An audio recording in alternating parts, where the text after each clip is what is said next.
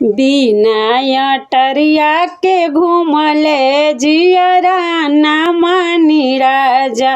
बिना अटरिया के घूमले जियरा ना मानी राजा। गोड़वा टूटी त टूटी, गोड़वा टूटी त टूटी, घूमला काना छूटी राजा। बिना मजनुआ के देखले जियरा ना मानी राजा। बिना मजनुआ के देखले जियरा ना मानी राजा। हथवा टूटी त टूटी, हथवा टूटी त टूटी, सरवा ना छूटी राजा।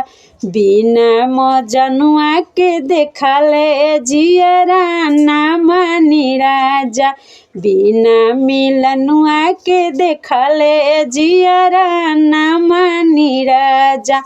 अखिया फूटी त फूटी, अखिया फूटी त फूटी, कनखिया ना छूटी राजा।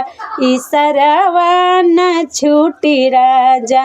बिना मिलनुआ के देखले जियरा ना मानी राजा। बिना मजनुआ के देखले जियरा ना मानी राजा।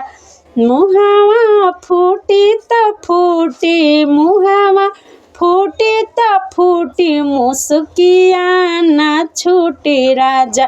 बोलला का ना छूटी राजा।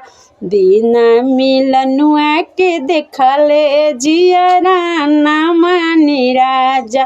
बिना मजनुआ के देखले जियरा ना मानी राजा। बिना अटरिया के चढ़ले जियरा ना मानी राजा।